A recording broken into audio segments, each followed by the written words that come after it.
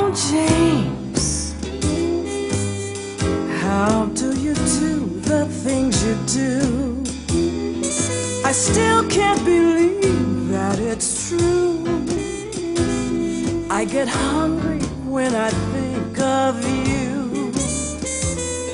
Like champagne and caviar, you're such a treat. Like cherries to believe, you're oh so sweet.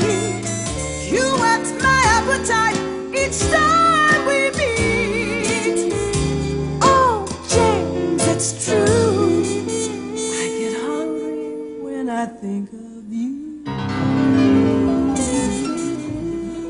Hi, I'm James Barber. Today we're going to play with oranges. I feel like oranges because I've just been doing a bunch of research on Chinese New Year, and Chinese New Year is different to everybody else's New Year, and oranges are very special because they're gold, and this means gold and luck and all sorts of things. Every time I play with oranges, I like what happens. You don't just have to have orange juice for breakfast. What I'm going to do here, show you how to make an orange pound cake first of all, and then we're going to do orange and lamb and orange and chicken, and we're going to do a whole bunch of really interesting things with orange you never thought of. Get some milk, about half a cup of milk, and get the juice of an orange. Now you put it together like this. I want you to see what happens, because I want the orange juice to go in there. The orange is sort of acid, and what we're doing is making instant sour milk, which is going to have the same flavor. It's not really rotten milk, it's going to be sour milk, and it's going to have that great like sour cream flavor to it without all the calories. Okay, that's the secret. So we just put that up together and let it sit there and go sour. I've taken the zest off this orange before I squeezed it. If you ever want to, I mean, sometimes you want to peel oranges and you want to play with oranges and get them properly peeled, and they won't peel, they're hard to get. So what you do, the best thing to do, is to pop an orange into boiling water if you want to, you want it to peel easily. But we'll deal with that later. Right now I've got some zest here. Now, take a bowl. It's a quick instant pound cake, okay? We want butter, about half a cup of butter. And you can use margarine, you can use oil, but butter tastes better. We want some sugar. We want a cup of sugar. This is my fancy measuring spoon. It's just, instead of putting, that's a half a cup in there like that. Let's put half a cup in there. Let's not put it, let's leave some, because the less sugar you put in things, the better they taste, I think. So we're going to stir this all together, and stirring it together, they will say cream it together. You can put it in the blender, you can put it in the food processor, but it's a lot more fun to be doing this, because while you're doing it, you can talk to the kids, you can talk to the cat, you can talk to that dog, and you can just cream it all together. The trick is to get all the little lumps out of it and keep mashing down as though it was potatoes. Right? It'll cream easier if you've got more sugar in there, but we're just trying to look after our waistlines. Okay, so there we are. We've got the sugar and the butter creamed together. Eggs, 1, 2 eggs. Same, instant meeting together. See, things are now going, just a few little granules in there, which will give it texture, that sort of fluffiness you like in a cake. Okay, we want some flour. Now again, flour. See, it doesn't matter what kind of measuring thing you use. I mean, this is about a cup. Well, there's half a cup, bang, and there's another half a cup, more or less. Things are very seldom exact in good kitchens. Mix it all together and dump in that nice orange zest that suddenly it starts to look a different color. We want some baking powder. We should have put the baking powder in with the flour. We didn't, we forgot. So we'll put it in now. We'll sprinkle it all over so that it starts, not just in one lump, so that it gets to be mixed throughout the whole lot. Mix it together until until it's getting quite stiff in a lump, but you do want the flour to get incorporated. That's it, and it's just sucking up the flour now, and the bowl will go quite clean. See? Okay. Now, the milk, the soured. See how lumpy it goes? Because it's soured. And it's got that great flavour. It's not just ordinary sour, it's a orange flavoured sour. Then you have to do it, just wriggle it in there, slosh it up quickly, get the side of the fork going, and make sure you pick up all the, that's it, it's going now. Now, you could put this in a cake tin if you wanted to, but it would take 45 minutes. So what you do is get a muffin tin.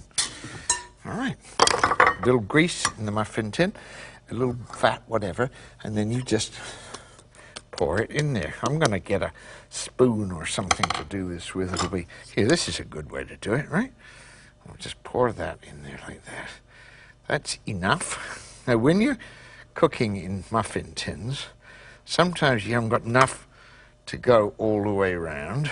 So what you do is, there, fill those up like that, and then the ones that you haven't got anything to put in, you put in a little water, because that will make it balance out. So here I've got a kettle. It means that this lot on this end doesn't get cold, and it's sort of balanced. You just try and be a little bit more careful than I am. And then you just bung them in the oven at 350 degrees, which is what I'm going to do, and take a break, and I'll be back in, whoops, 2 minutes. Okay? Don't go away. James will be back in 2 minutes. Stay tuned.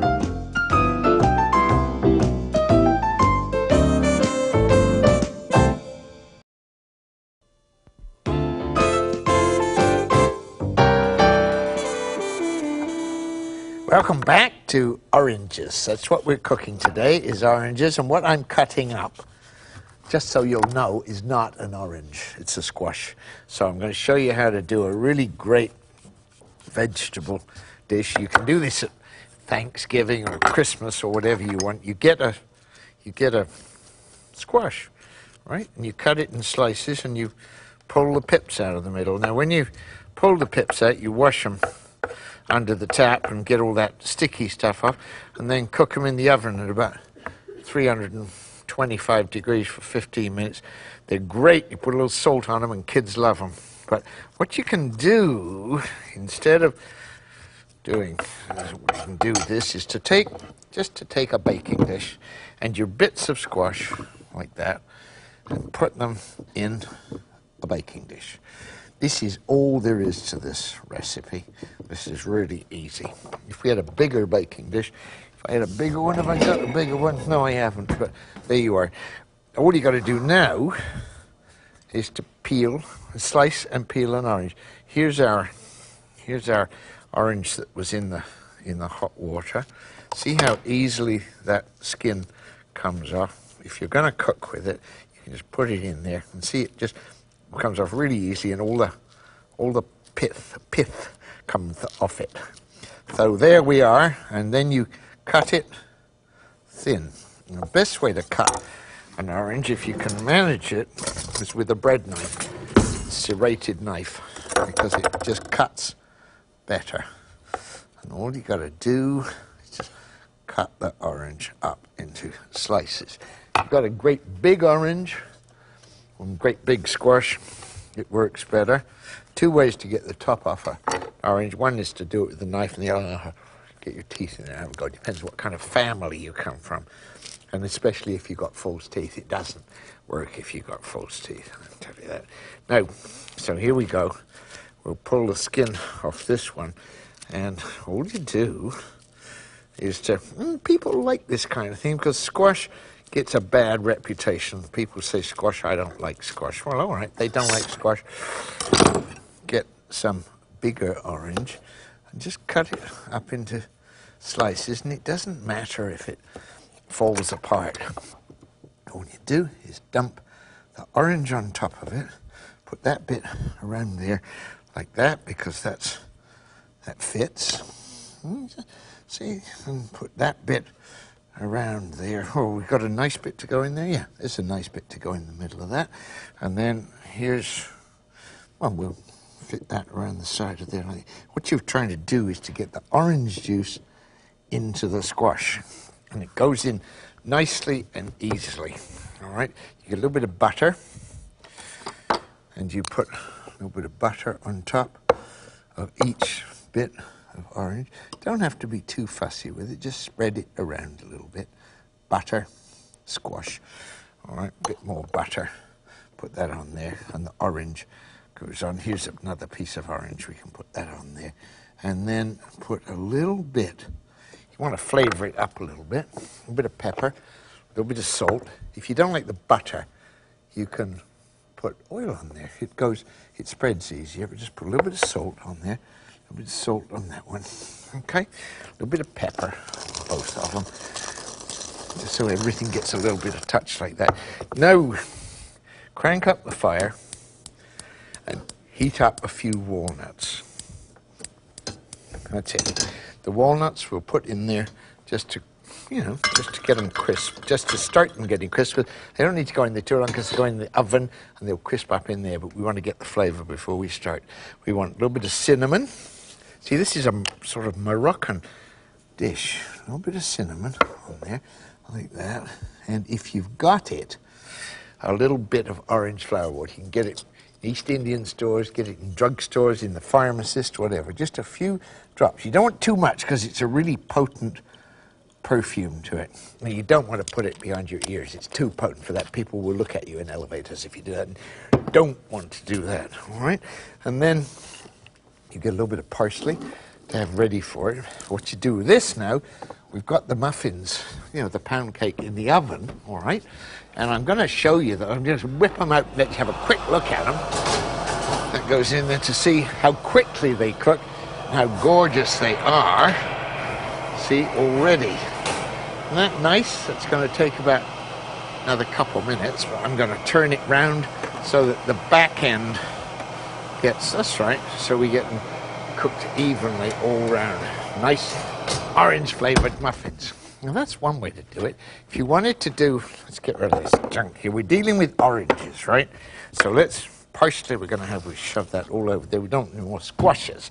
Okay, now, if you wanted to make a really great salad, what you can do is get an orange, and one of the easy ways to peel an orange is to take a knife and cut down through the skin. Just cut down through the skin with your knife, and then pull the top off like that, and there. This is a blood orange. I want you to see this. The color of this is unbelievable. It grows in southern Italy and in California.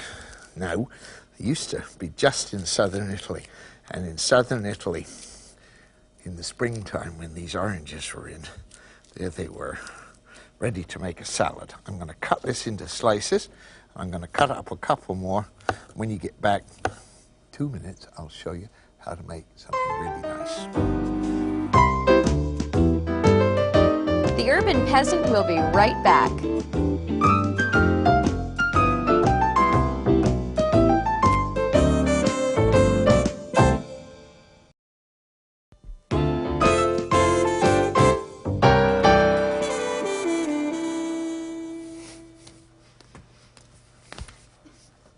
We're dealing with oranges today. All right, now this is a blood orange. This is a great salad. Watch what we do with it. Cut up, you don't have to have blood oranges, but this is a little bit of green onion on the top, a little bit of sliced basil. And this is a salad, Moroccan salad, with no oil in it, all right? So it's pretty. You pour a little bit of orange flower water over the top, just like that, just a little tiny bit, just to moisten it. And that's what you do. You put mint very big in Morocco, and put mint and basil, and there we are. So we've got that. It's a salad. Now of course we had the walnuts, remember? So we put walnuts around the edge of it, just like that, and you've got yourself a great and different salad. Now let's see. I'll show you to cook with oranges. There's only 4 recipes in the world. You know about that. You bake it, boil it, fry it, or make a mess of it. Okay, we're going to fry. And we're going to do two things. We're going to do lamb and chicken, both with oranges. Okay, get the pan hot, crank them up high. And for both of them, you get, as soon as the pan is hot, you get a little bit of oil. And the pan's almost hot. Got some chicken breast, and these are lamb chops. Okay, we need a peeled orange. So we'll peel an orange and get it ready. See how the skin isn't coming off that one so easily as it did off that one before. Let's try another one. And that's better. That's going to come off easily. So while the pans are getting hot, we'll just, it doesn't matter. You see, you can do the same thing. We're going to use lamb and we're going to use chicken, but you could also use tofu, or you could use a little bit of diced pork. You know, it's just a learning to be familiar with different things. So there we are. We've got one orange. I'll get another one. Now, oil, about a tablespoonful of oil. It's the best diet tip in the world. I get all these things about how can I reduce my, well, non-stick fry pan will do it for you because you don't have to use so much oil. That's all there is to it. Right, the pan is hot. In goes, lamb chops don't take long to cook. Let's do 3 of them in here. If they're not 2, let's do 4. And there'll be one for each of the camera guys, okay? And in this one, we're going to put some chicken. So into the hot oil, again, goes the chicken, and just pop it in there like that. So we've got lamb in one, chicken in another one. We need onion, so we just cut up an onion, and have it fairly small so it will cook quickly. You can do this when you get home from work because it's something different. All I had in the fridge was an onion and some chicken, and this great hunk came to supper. Well, this is how you deal with it, right? Garlic, we want a clove of garlic for each pan. So don't forget, what we've got in there is meat, just meat. Is that one going? That's better. It's going now. That's better. Okay. Now, flip that over. See? Brown on the underside. The heat is up high. And the outsides of it are seared and getting that great flavor. All right, now we can turn that down a little bit. This is going to go. Change color fast as we can. We're going to chop up the garlic. I don't like rushing through stuff like this, but sometimes I just want to show you because there's nothing really to cooking if you're sensible about it. We'll put a little bit of garlic in with that one, a little bit of garlic and salt in with that one. We'll put half the onion in there like that, half the onion in there. So we got same things in each pot, except we started off differently. We started off with chicken in one and lamb in another one. Chicken you have to turn over a bit more because there's little bits in there. Let's get something that'll get underneath it. There, that'll turn it over like that. But keep the heat up, going good and high. Now what you do now is the standard seasonings, a little pepper, right, and a little pepper in there. See, things in both, but they're both going to be different. A little bit of salt in both. A little bit of salt in that one. Okay. Some parsley we're going to need for both of them. So we'll chop up the parsley. There. Don't need a fancy parsley chopper. Just keep your fingers out of the way. Chop up the stalks as well, because the stalks have got lots of nourishment in them and they taste good. And besides, you don't want to waste things. Right, that's ready to go. Now, oranges. Let me grab a couple of these from over here so we get lots of orange juice. You can do this with orange juice out of a can if you want to. Just cut it in half like that. And into each one goes orange juice. Same trick. Each of the pans. There it is. Okay. One, as much orange juice as you think will be good. Turn it all over with the chicken. And the chicken's getting cooked underneath now. And you cook the chicken until it's done. And you cook the lamb chops. The onions are getting cooked in there like that. All right. Just don't overdo it. And be ready for it to go. Let it sit there for about 5 minutes. Now, I'm just going to quickly, before we go, grab this cake in little tins out of the oven. And there we are, ready to go. I'll be back right after the tip. Don't go away. James will be right back.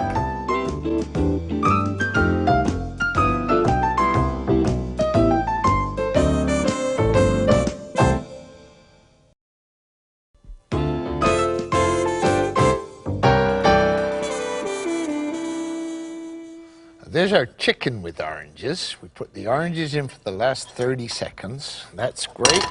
There's the lamb. Same recipe, all right?